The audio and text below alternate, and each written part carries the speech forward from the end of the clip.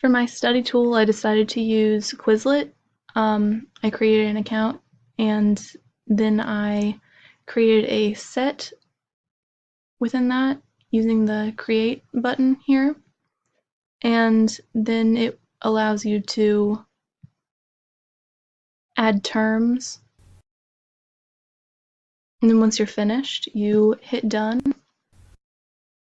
I made mine over some basic concepts of industrial design. The 4 fields of industrial design and the definitions of those fields, and then the principles of design and the definitions of those, and then the industrial design process itself. So this could be used in the form of flashcards, which is nice. You just can click, or you can hit the space bar to flip, and you can do that as many times as you want before moving on. Or you can do another technique such as testing, in which you would maybe get part of the question and you would have to give the definition or the term.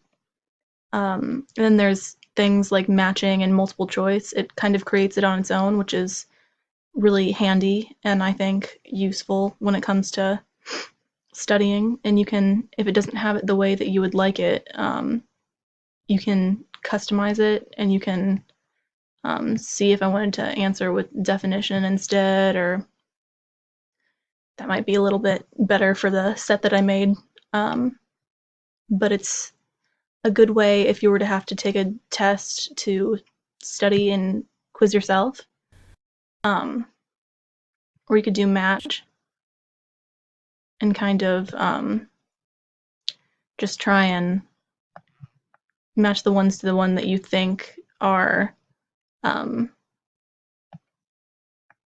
correct answer, and then they go away, and then when you have all of them gone, it'll let you know that you've completed it successfully.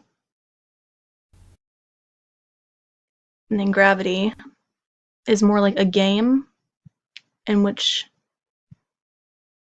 the